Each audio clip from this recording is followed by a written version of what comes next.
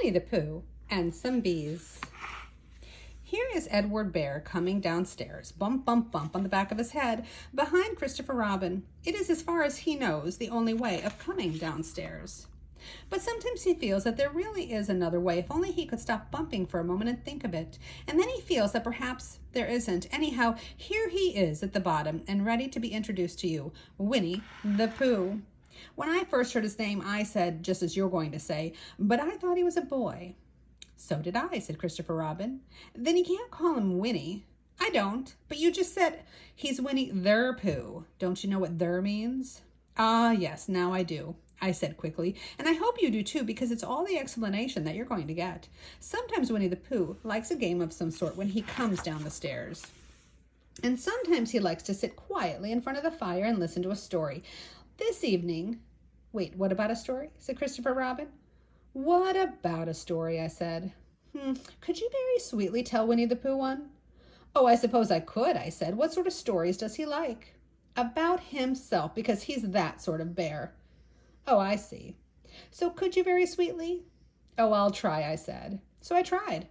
Once upon a time, a very long time ago now, I think it was about last Friday, Winnie the Pooh lived in a forest all by himself under the name of Sanders. What is the name? Does under the name mean? Asked Christopher Robin. Well, it means he had the name over the door in gold letters, and he lived under it. Winnie the Pooh wasn't quite sure, said Christopher Robin.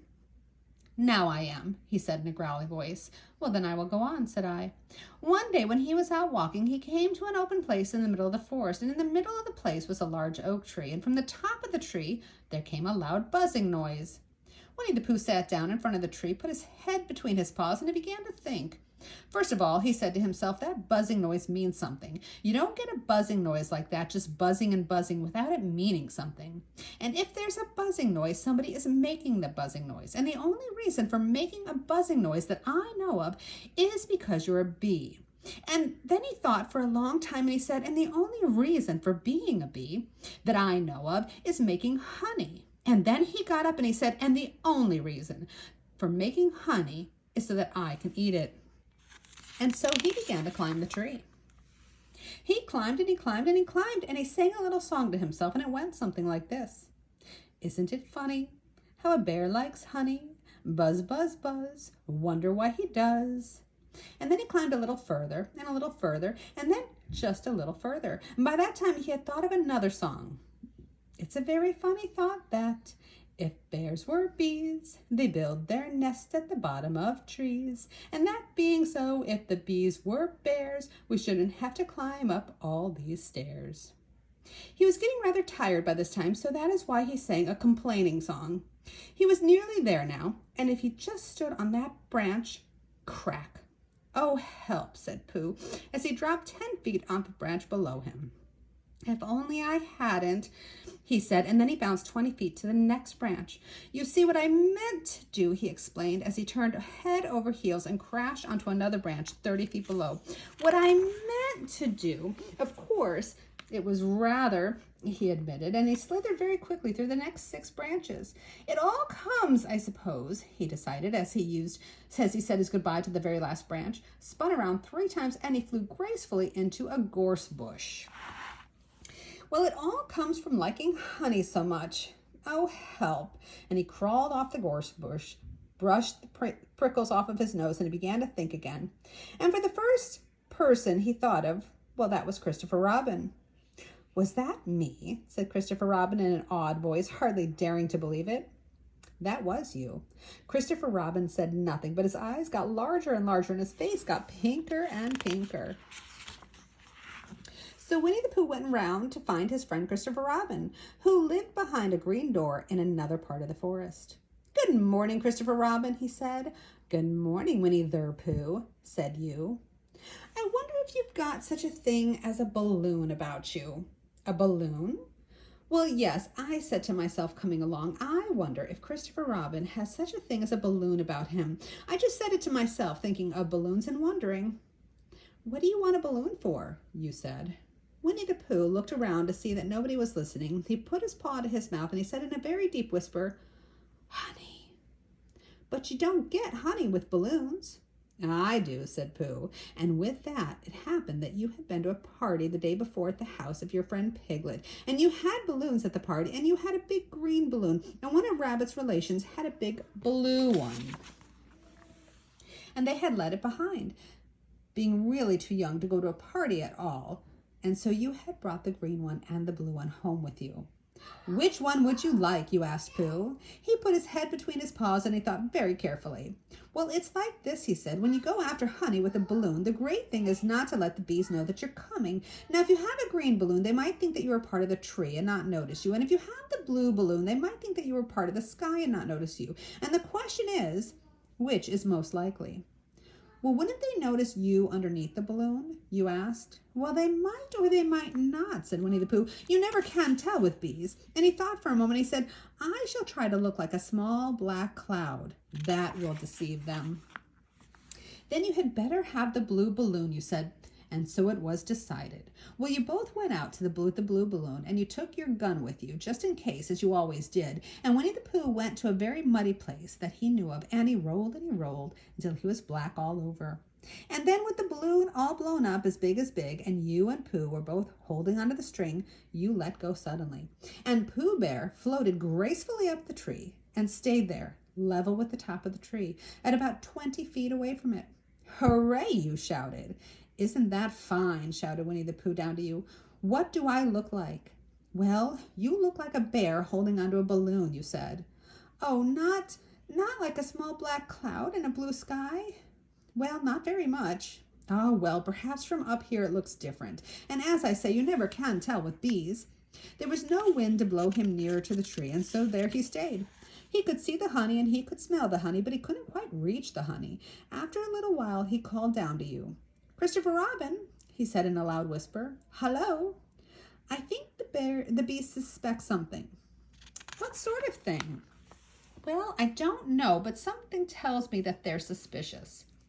Perhaps they think that you're after their honey. Well, it may be that. You never can tell with bees. And there was another little silence, and then he called down to you again. Christopher Robin? Yes. Have you an umbrella in your house? I think so.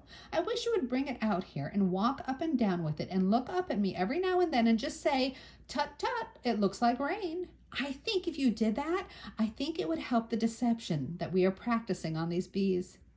Well, you laughed to yourself, silly old bear. But you didn't say it out loud because you were so fond of him. And so you went to your home for an umbrella. Oh, there you are, called down Winnie the Pooh as soon as you got back to the tree. It was beginning to get anxious. I have discovered that the bees are now definitely suspicious. Shall I put up my umbrella? You said.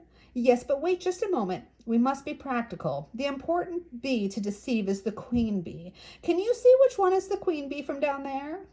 Well, no. A pity. Well, now, if you walk up and down with your umbrella saying, tut, tut, it looks like rain, I shall do what I can by singing a little cloud song, such as a cloud might sing. Okay, go. So while you walked up and down and wondered if it would rain, Winnie the Pooh sang his song. How sweet to be a cloud floating in the blue. Every little cloud always sings aloud. How sweet to be a cloud floating in the blue. It makes him very proud to be a little cloud. The bees were still buzzing suspiciously as ever. Some of them, indeed, left their nests and flew all around the cloud as it began the second verse of the song, and one bee sat down on the nose of the cloud for just a moment and then got up again. Christopher, ow! Robin, called the cloud. Yes? I have just been thinking, and I've come to a very important decision. These are the wrong sort of bees. Are they? Quite the wrong sort. So I should think that they would make the wrong sort of honey, shouldn't you? Well, would they? Yes, I think I shall just come on down. How? You asked. Winnie the Pooh hadn't thought about this.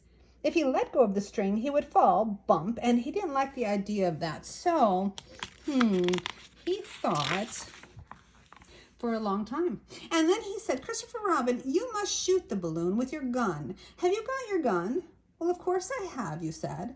But if I do that, it will spoil the balloon. But if you don't, said Pooh, I shall have to let go. And, well, that would spoil me. Oh, well, When he put it like this, you saw how it was, and so you aimed very carefully at the balloon and you fired. Ow, said Pooh. Did I miss? Well, you didn't exactly miss, said Pooh, but you did miss the balloon. Oh, I'm so sorry, you said, and you fired again, and this time you hit the balloon, and the air came out slowly, and Winnie the Pooh floated down to the ground. But his arms were so stiff from holding on to that balloon that they sort of stayed up straight in the air for more than a week. And whenever a fly came by and settled on his nose, he had to blow it off. And I think, but I'm not sure, that is why he was always called Pooh. Pooh. Is that the end of the story? Asked Christopher Robin. Well, that's the end of one. There's other stories. About Pooh and me? Well, and Piglet and Rabbit and all of you. Don't you remember? Oh, I do remember. And then when I try to remember, I forget. Well, that day when Pooh and Piglet tried to catch the heffalump, they didn't catch it, did they? No. Pooh couldn't catch it. He hasn't any brain. Did I catch it? Well, that comes into the story. Christopher Robin nodded. I do remember, he said, only Pooh doesn't very well, so that's why he likes having it told to him again. But then it's a real story, not just the remembering. That's just how I feel, I said. Christopher Robin gave a deep sigh, picked up Bear by his leg, and walked off to the door, trailing Pooh behind him. At the door, he turned and he said, Coming to see me have a bath? Well, I might, I said. It didn't hurt him when I shot him, did it? Not a bit. He nodded and he went out, and in a moment I heard Winnie the Pooh, bump, bump, bump, going back up the stairs behind him.